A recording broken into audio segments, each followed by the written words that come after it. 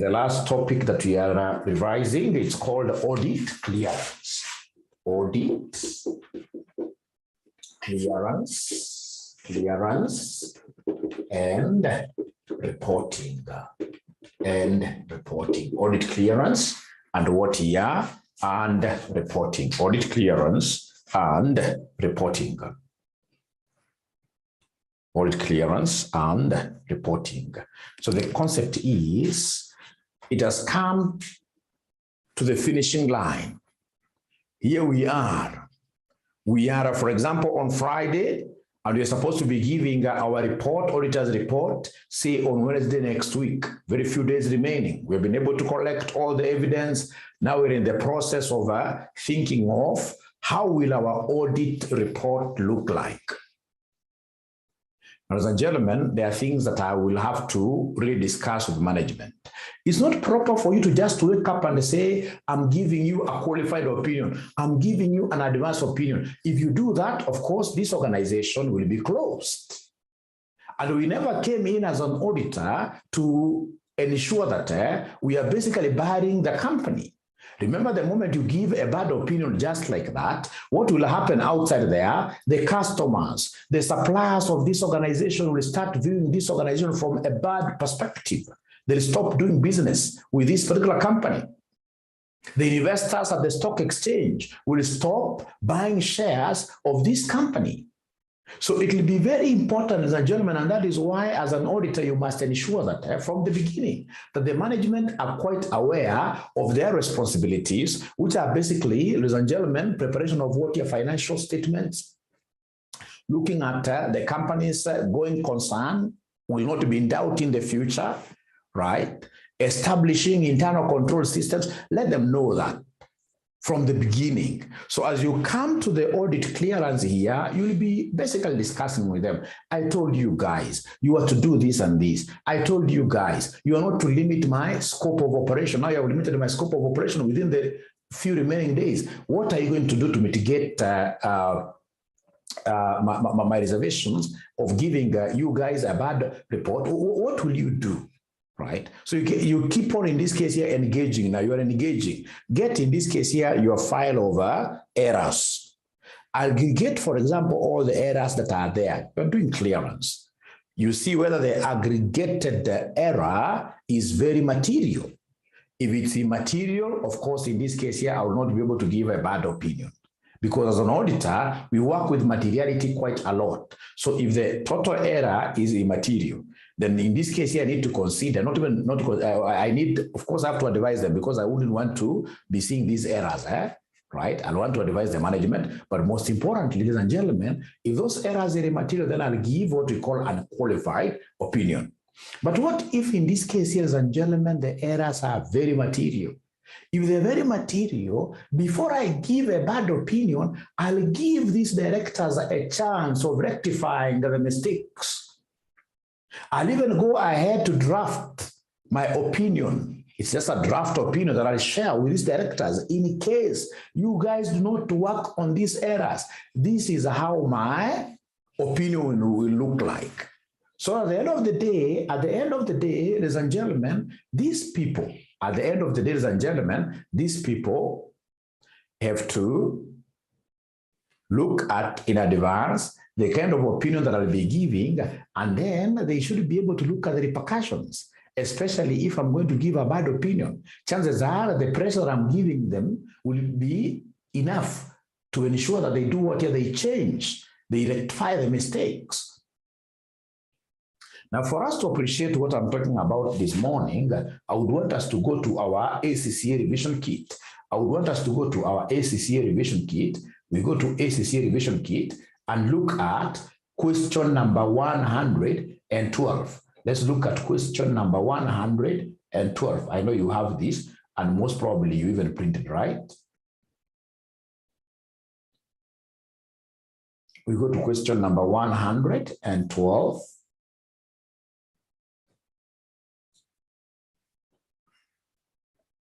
We go to question number 112. Question number 112.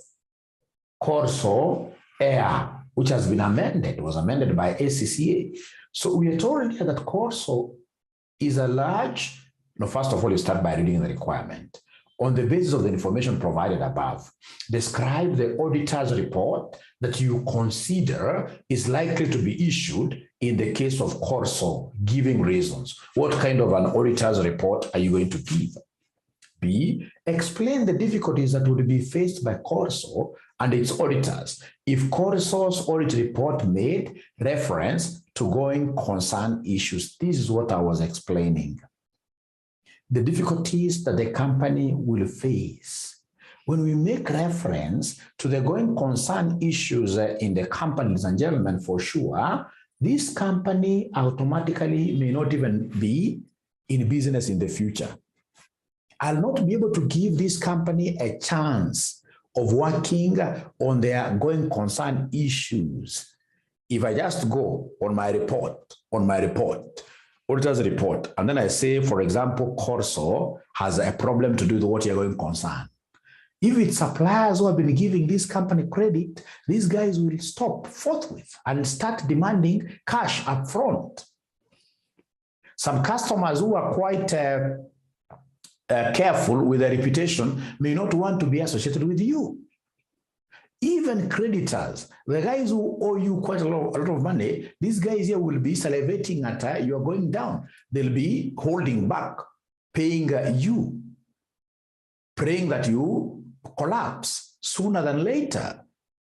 Right? So, ladies and gentlemen, this is quite important for us to appreciate. Here we are. So I'm trying to look at the questions here and thinking loud. Like now part B, explain the difficulties that would be faced by Corso and its auditors if Corso's audit report made reference to going concern. So before I make reference to going concern, hey, I'll have to talk to these directors. Tell these directors if I make this in my report is going to be read by thousands and thousands of people outside here. There will be consequences. The moment we make this, and perhaps it happens that your company is quite sensitive like banks. When we make a reference on going concern challenges in our company, we expect the following day a stampede of customers running to the bank's branches all over the country wanting to withdraw their deposits. It's that crazy, and then you run out of money, you close. So it's important for us to discuss really these consequences, because our idea as auditors is to ensure that these companies are able to make corrections so that we give a good report to the public. We are here to ensure, ladies and gentlemen, that the company's internal control systems are strengthened. We are not here to kill organizations. And of course, also we have to be quite factual. You have to be factual. But at the end of the day, before you start going outside there with your facts, try to sweep the house. Try to sweep the house inside here. Now, ladies and gentlemen, we are told here, Corso there. Corso is a large telecommunications company that is listed on a stock exchange. You can imagine it's listed in the stock exchange. The shares are trading in the stock exchange. So if I give a bad report, I can see a bad thing that the share price poop down. It's highly geared, because like many such companies, it borrowed a large sum to pay for a license to operate a mobile phone network with technology that has not proved popular. The company share price has dropped by 50%. These are indicators of going concern. Has dropped by 50% during the last 3 years, and there have been several changes of senior management. These are, of course, indicators of going concern. Management, high labor turnover of management is a sad situation during the period. There has been considerable speculation in the press over the last 6 months about whether the company can survive without being taken over by a rival. There have been 3 approaches made to the company by other companies regarding a possible takeover, but all have failed, mainly because the bidders pulled out of the deal as a result of the drop in the share prices generally. The company has net assets. Good thing. It has net assets.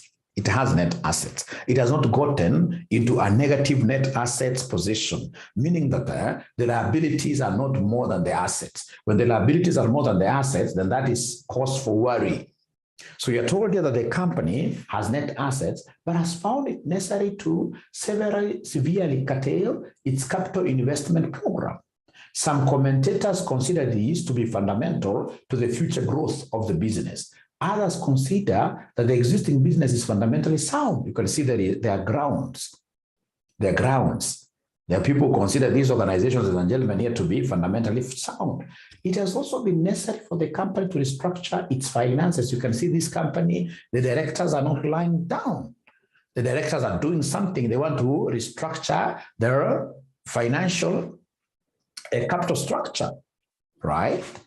Right. Detailed disclosures of all these matters have always been made in the financial statements. They've always been made in the financial statements. No reference has been made to the going concern status of the company in previous auditor's report on financial statements, and the deterioration in circumstances in the current year is no worse than it has been in previous years. Right? So, ladies and gentlemen, going concern issues were not raised in last year's audit report. And we are told that this year is no worse than the previous years. So then why should I, as an auditor, really go ahead to make mention, to give a bad opinion over this organization regarding going concern? And yet you can see that they are really trying, right? They're trying. The only thing that I need to do is to check this particular hustling, this particular efforts they're trying to put down to ensure that the company comes up. Are they sustainable, right? Are they going to bear fruits in future, right? Should I be able to convince myself that, hey, these guys are working good enough, they're putting in efforts here to ensure that things in future will awaken, then I'll not give a bad report. I won't give a bad report. So required, on the basis of the information provided above, describe the auditor's report that you would consider is likely to be issued in the case of what year? In the case of Corso Company. So in the case of Corso Company, what auditor's report do you think, ladies and gentlemen, is very suitable here? Is very suitable here. So in an exam situation, you guys, what would have you written down? In an exam situation, what would have you written down? In an exam situation, what would have you written down? What would have you written down in an exam situation? In an exam situation. So you're told here, remember you have answers, and I've taken time to discuss this quite a lot. Mine is basically to come and read this answer for you. Now, when you're reading this book, remember, it's important for you to look at this marking scheme. So report issues to Corso. Difficulties associated with reports on going concern. So report to Corso, although the company is obviously experiencing some difficulties, the evidence provided does not suggest that the business will cease to trade in the future, right? I'll not rely on what is in the media. I would want to get concrete evidence regarding this organization failing in the future, which I should use as the basis of giving my report. So far, I've not gotten very serious evidence, which in this case suggests that the company will cease to trade in the future. The company has net assets and still appears to have options available to it in order to resolve its problems. The fact that the company has taken steps to restructure its finance and has been able to do so is also a positive sign. On the basis that the situation is no worse than in the previous years and that no reference has been made to going concern in the past, it would not seem appropriate to refer to it this year. So an auditor's report with a modified audit opinion would be issued. I'll go ahead and issue a good report. I'll go ahead and issue a good report. Now, the other questions and gentlemen made reference to what year the difficulty is here to the company if I issue a bad report. If the auditor's report mentions a going concern problem, It's likely that COSO will find it difficult to raise finance from banks or investors. It is often said that it becomes a self-fulfilling prophecy, although this should not dissuade the auditor from modifying the audit opinion if the auditor feels there is genuine need. In addition, customers and suppliers may notice the reference in the auditor's report and subsequently be more cautious in doing business with COSO. This is likely to further worsen the position and liquidity of the business. For example, COSO suppliers may decrease the number of days credit they allow COSO or their credit limit. The relationship between the auditor and the management of COSO could become very strained. Should we give a bad opinion, then of course we will not be in this business come next year. Our relationship, ladies and gentlemen, will be very severely strained, particularly where the management of COSO genuinely believe that no reference is required. This is particularly difficult as the matter is essentially one of judgment and will rarely be clear-cut.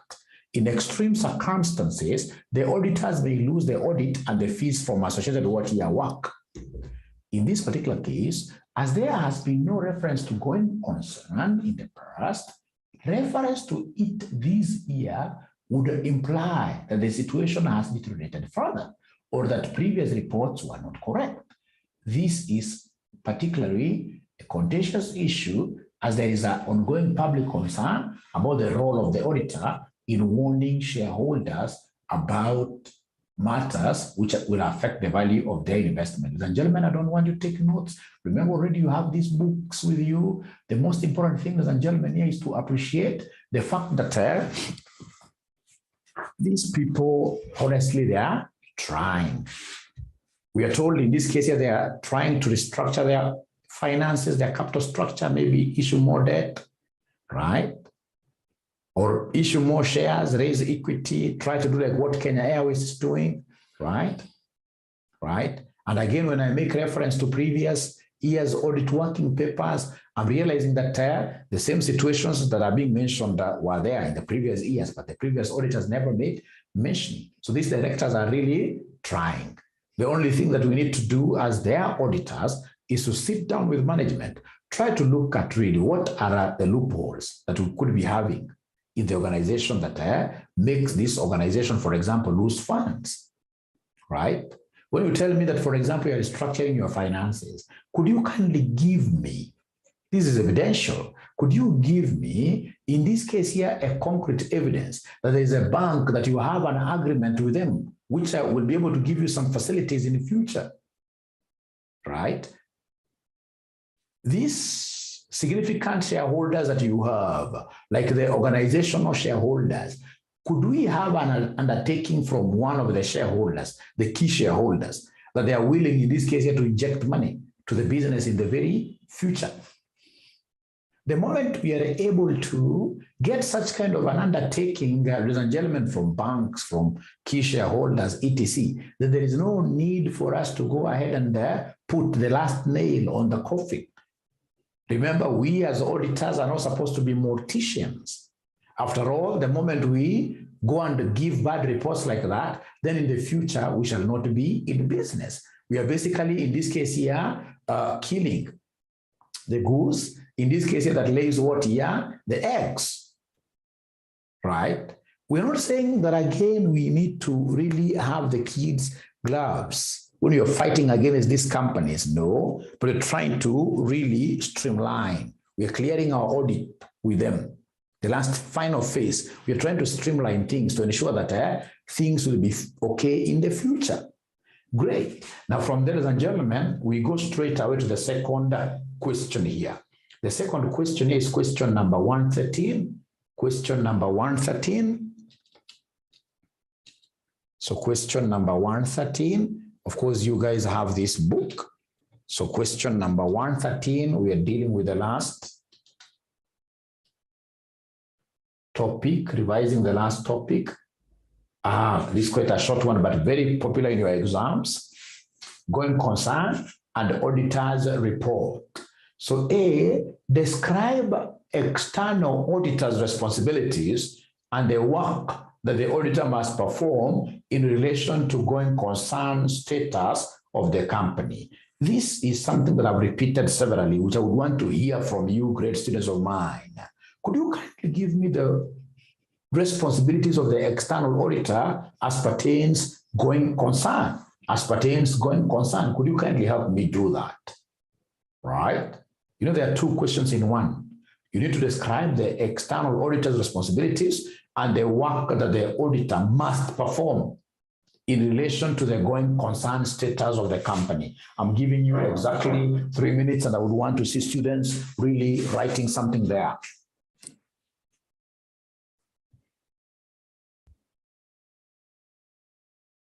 If you don't write, I'll be very sad. No. Just try writing something sketchy. Try writing something sketchy.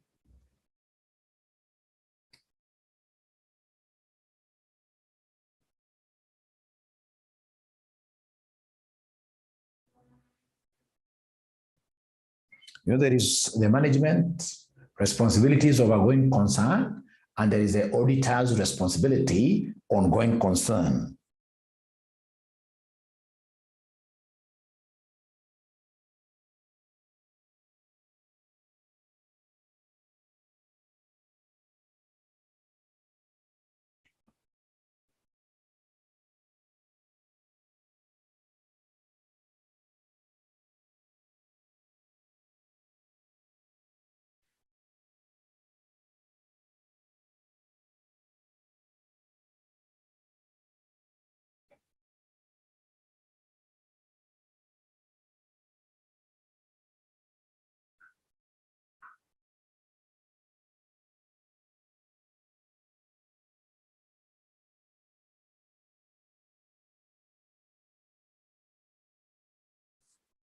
So I'm waiting to see whether there is anybody who is typing anything. I'm waiting to see whether there is anybody who is typing anything really. I know why students fail AAA. It's because of what here. Most of them, of course, they know the subject, but the answers that they have are very sketchy. Very sketchy. And they don't take even time to read the questions very well. They don't take time to read the questions very well. Like here, there are two, these are twins. Two of them. The auditor's responsibilities and the work that the auditor must perform. Ladies and gentlemen, I can never, in this case, ladies and gentlemen, miss out any mark on the auditor's responsibilities, right? The auditor's responsibilities of a going concern. I'll never miss out on this. I'll never miss out on this. I can see a student who has taken time to respond. It's good to honor this student. Yeah, so external auditors are responsible for determining whether the financial statements of the firm reflects a true and fair view of their status. How that is too general. Remember here, they are specifically talking about what here? The responsibilities of a going concern. Right? Of a going concern. Responsibilities of a going concern. Responsibilities of a going concern. So what you're supposed to know, ladies and gentlemen, here is that normally the management will do an assessment. Will do an assessment of what here the company's going concern status. Going concern status. This is what the management is supposed to do every time. These guys must do what here every time. These guys here must assess. The directors, the management, they must assess and tell the whole world whether the company's going concern status is okay or otherwise. They must do that. So my first responsibility as an auditor is to come and evaluate this assessment process. My first responsibility is to evaluate the assessment of going concern by management. That is the first thing that I'm supposed to do. And how do I do it? I'll obtain forecasts. Remember, these guys, when they're doing this assessment, they normally look ahead 1 year. They normally look ahead 1 year, 12 months ahead. So I would want to see when they're looking at 12 months ahead, ladies and gentlemen, then what are the forecasts that they have in place? Those forecasts, of course, they must be having assumptions like their revenues will grow by 5%. 5%. So if they tell me that their revenues will be growing by 5% or whatever percentage, I have to check their adequacy. I must, in this case here, get proper evidence whether the 5% is achievable, right? So I must talk to a few people here. I must talk, for example, to the sales stroke marketing director, etc. Now, from ladies and gentlemen, I'll also myself, it's not my work, but myself, I'll also be looking at the events, which in this case here could cast doubt on the going concern status of the company. Are there events, material events, that may cast? So I'll be looking at the newspapers to see whether people are talking about RCM outside there, right? When I'm outside there, at times I could be floating a few, but I will be quite keen to see whether there are events here. So what is the media saying about this? So these events, ladies and gentlemen, for example, are there customers, our customers, who owe us quite a lot of money, who have been declared bankrupt, or who are going through, in this case here, difficult situations, right? So events like COVID, right? So I'll be looking at some of these things. Right. And then, of course, ladies and gentlemen, I'll be looking at what here, the concept of I must gather a lot of what here, evidence. And when I'm gathering evidence, I'll be doing a lot of what here, discussions. I'll be doing a lot of discussions with management and discussions with, for example, banks through this bank circularization, etc. I like what Egon is saying there. So, ladies and gentlemen, I want us to go through this very fast. All right.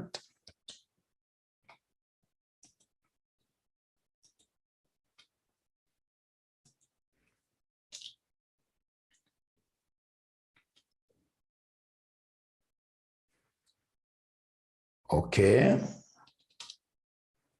So it is here. So responsibilities, external auditors' responsibilities and the work that the auditor should perform in relation to going concern. Number one is to evaluate the management's assessment of the entity's ability to continue as a going concern. That is the first thing. Number two is to consider whether there are and remain alert throughout the audit for events or conditions that may cast significant doubt on the entity's ability to continue as a going concern. Next, and inquire of management its knowledge of events or conditions beyond the period, beyond those 12 months, beyond the period of the assessment that may cast significant doubt on the entity's ability to continue as a going concern. And then lastly, obtain, of course, sufficient appropriate audit evidence to determine whether a material uncertainty exists if events or conditions are identified that may cast significant doubt on the entity's ability to continue what year as a going concern. Thank you so much. Now, there is something that I would want to, again, to hear from you. We have seen what the auditor's responsibilities of a going concern are. So then what is the audit work that you guys should be able to do as auditors of a going concern? What are the audit procedures of a going concern? Audit procedures of a going concern. Remember, anything you say here will be correct. Audit procedures of a going concern. Audit procedures of a going concern. So 3 minutes, and today I would want to see. Thank you very much, Gilbert. I would want to see my students as usual talking. Is it because you guys haven't woken up yet? It will be possible that you haven't woken up.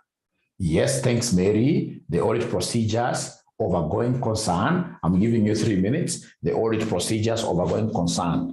The audit procedures of a going concern. So I'm giving you exactly 3 minutes. Ensure that you are able to give us this.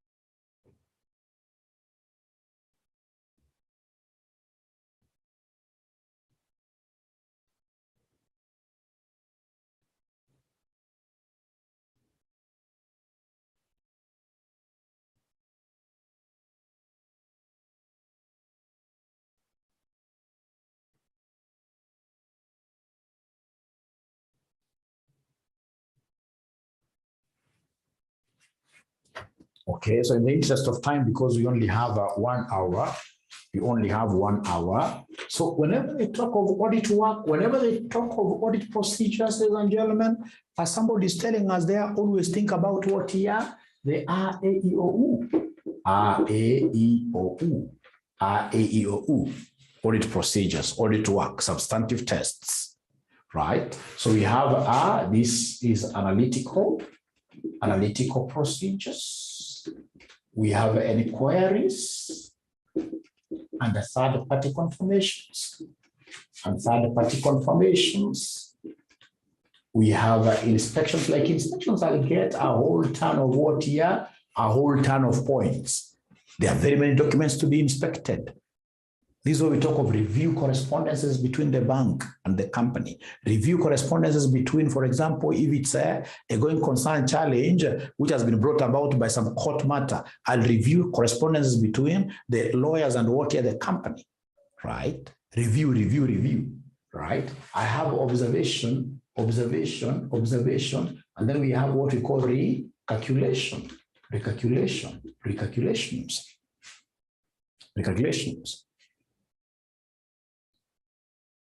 So, ladies and gentlemen, under analytical procedures, what will I do as an auditor? It is to calculate ratios, appropriate ratios, like the liquidity ratios, and do comparisons of these ratios, right? I'm analyzing, I'm computing ratios. I would want to see the trends, right? Very, very important. So here I'll mention so many things, right? I'm doing comparisons. For example, if it's a loan, like you're told that this is highly geared, I'll calculate gearing ratios. If they are given, mine is simply to analyze. Look at gearing ratios for last year, gearing ratios for this year, etc. Right? And the inquiries and third-party confirmations here, I'll do so many things. The first inquiries that I'll throw around are to the management. I mean, I would want the management to explain themselves to me how they reached the conclusion that the company is a going concern. So as they talk to me one-on-one, I'll tell them, hey, you guys know, give me a management representation, give me a letter of representations regarding going concern. Third party, of course, inquiries, like here I would want to talk to regarding going concern. I would want to talk to the banks. I would want to circulate, to get circulars from banks. So of course I would want to see whether the bank balance in the financial statements is correct, number one. Number two, I would also want to view any bank correspondences, right? Or even ask banks whether these guys are servicing their loans very well. Because that, of course, will have an impact regarding what year, regarding the ability to continue in the future. You can even ask the banks regarding what year sufficiency of collateral given in the future. Will they be able to advance more money to this particular what year, to this particular company, right? Under inspections, and gentlemen, there are so many things to inspect. Here, I'll think about, first of all, the board minutes. Board minutes. I want to see what the directors are saying. Right? So there are so many things that you need to review. The media, press. I would want to, in this case, here to review, for example, correspondences between the bank and the company, correspondences between the lawyer. There's so much things here to be reviewed. I would want to review their forecasts. Review the forecasts. And any assumptions in this case here made. Any assumptions made. Right? Recalculations, of course, ladies and gentlemen, if they have serious calculations they have done themselves, I would want to see whether those calculations are correct. I'll pick on one of them, sample basis, and then I'll be able to do what here to calculate something. So here you will be able to have, a plethora of points to write, so long as you are a student who is exposed a little bit, right? And remember, you are making those particular audit procedures in relation to what you're going concern. That I'll evaluate the assumptions made, by the management to see whether they are appropriate, evaluate, review, etc., talk to, document, etc.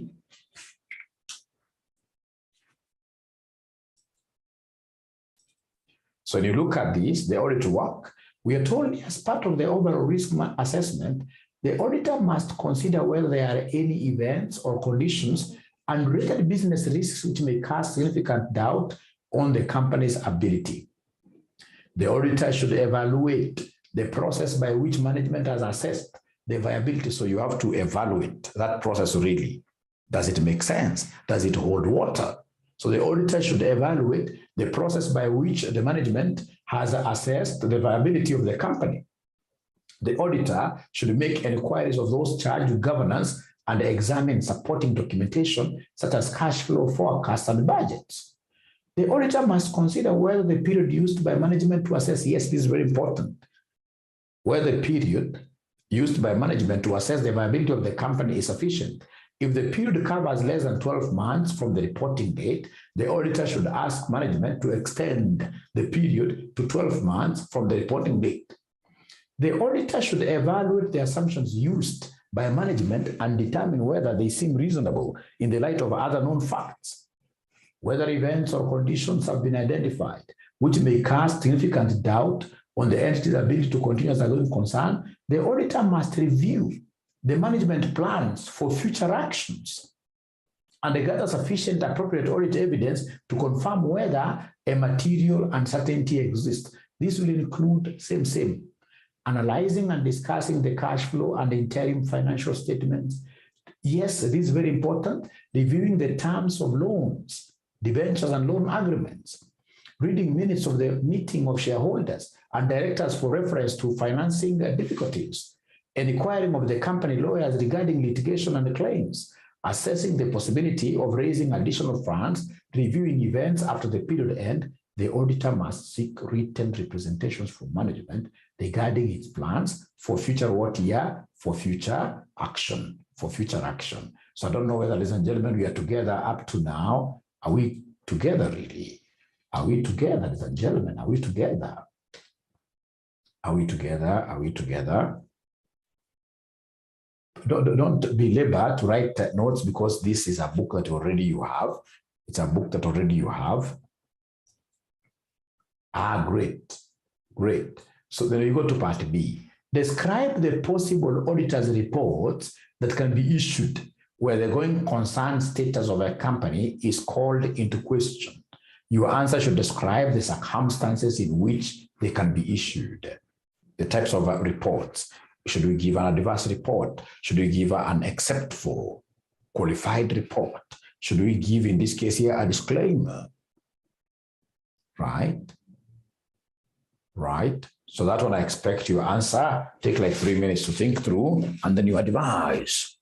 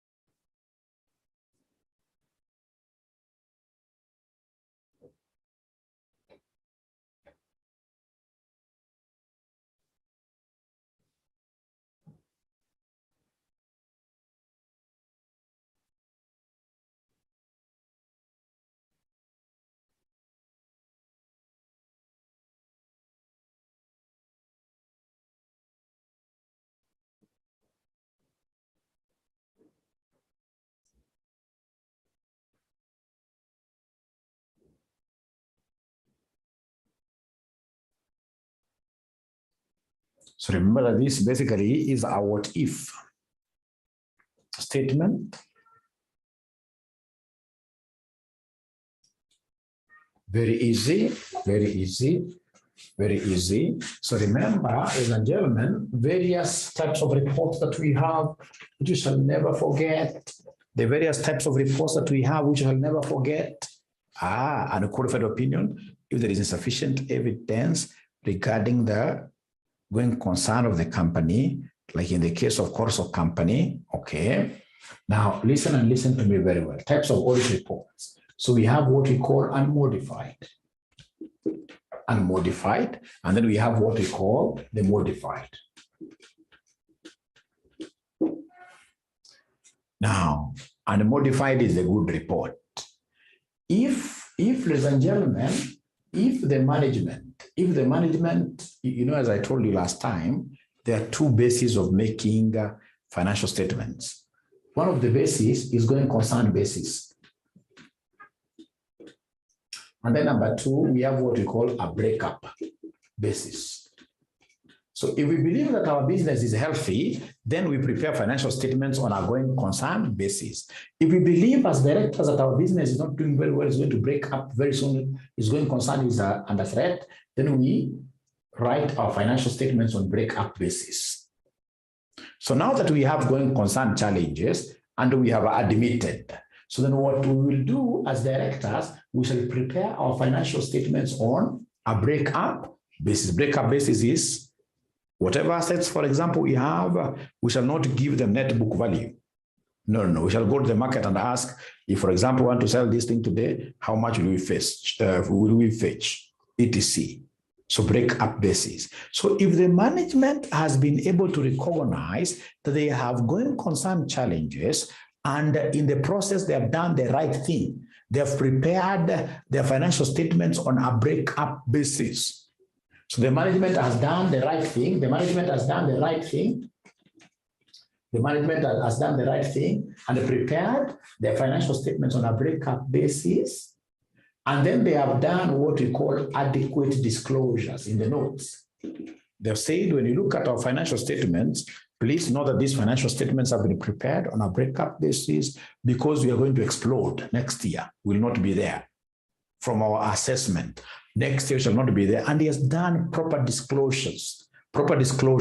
He has said we can't be there because of, number one, we have got this litigant who is very aggressive, right? Who is really chasing us, right? We also have issues, strong issues to do with COVID. We're not able to raise enough money to pay our obligations, etc. So if he has done proper disclosures and he has really done the right thing in terms of preparing the financial statements, then as an auditor, I'll issue unqualified opinion. As an auditor, I'll issue a good opinion, unqualified opinion. But now remember that I have to emphasize to the users of the financial statements in my auditor's report, right? I'll need, in this case here, to emphasize. So I'll need, ladies and gentlemen, a paragraph in my auditor's reports called material uncertainty relating to going concern. So I'll issue an emphasis of matter paragraph under a big title there called material uncertainty relating to going concern, relating to going concern. So I'll go ahead and issue a good report. The financial statements of RCM portray a true and fair view. Issue a good report. And then, of course, the basis of opinion, I'll be able to give a very good, why am I, in this case here, giving this good report? From evidence collected, blah, blah, blah, blah, blah. My responsibilities, blah, blah, blah, blah. The auditor's the management's responsibility, blah, blah, blah, blah. This is why I arrived at this particular. After that, there is this emphasis of matter, material uncertainty relating to going concern. I'll draw the attention of the users of the financial statements and tell them, as per note number 6, raised in the director's financial statements disclosures, the company has a big issue to do with what you are going concern because of this and this. But remember, whatever I'm just making reference to, I'm emphasizing Something that was raised by who? Directors. That is if there is what here? Adequate disclosures. Now, number two, what about now here? Now there are no adequate disclosures. I'm telling these directors, I'm already seeing that there's a big problem ahead, but these directors are saying, no, we don't want our shareholders to know, right? But we can see when we try adding 1 + 1, we are not getting 2 as auditors. We can see this company will not be there next year. So meaning that there is a big disagreement. When they want to do things looking north, and we know for sure that things are what here south down there, things are very bad. So in that case, then I will issue an adverse opinion, because you know that is very pervasive. That's a huge disagreement, right? That's pervasive. That's big, because they want me to cheat now. That's big. That's pervasive. I'll issue an adverse opinion. Now, what if I'm not able to collect sufficient, appropriate audit evidence regarding going concern? Then I'm not a magician. Remember, as an auditor, I'll base my opinion on evidence I collect. If I'm not able to collect any evidence, then, ladies and gentlemen, I'm sorry, I'll basically disclaim. I'll not place any opinion. I'll issue what we call a disclaimer of opinion. So please, you have the answers here, which I would want you to go and read later on, Don't forget to read them. You have your answers there. You have your answers here. So like the auditor's report, where the use of the going concern assumption is appropriate, but a material uncertainty exists, provided that the auditor agrees with the basis of preparation of the accounts and the situation is adequately disclosed, and an unmodified opinion is issued, which is the same as an unqualified opinion. The audit report will, however, include an emphasis of matter paragraph highlighting the uncertainty to the user and referring them to details in the disclosure note. Note 2, where the material uncertainty exists, but the situation is not adequately disclosed, the opinion should be modified on the grounds that there is insufficient disclosure and the financial statements are materially misstated. Depending on the specific circumstances, this may be a qualified except for or an adverse opinion. If the auditor's judgment, in the auditor's judgment, the company will not be able to continue as a going concern, right? And the financial statements have been prepared on a going concern basis, the auditor shall express an adverse opinion. If the auditors are unable to form an opinion because they were not able to obtain sufficient appropriate audit evidence, they shall use an except for, qualified, or disclaimer. If management is unwilling to extend its assessment where the period considered is less than 12 months from the reporting date, the auditor shall consider the need to modify the opinion as a result of not obtaining. The thing is, just get a general overview of this thing. Get a general overview of this thing and you will be okay. So if you don't mind, we shall meet tomorrow at the same time, 5 a.m. Keep time. Good day. Bye-bye.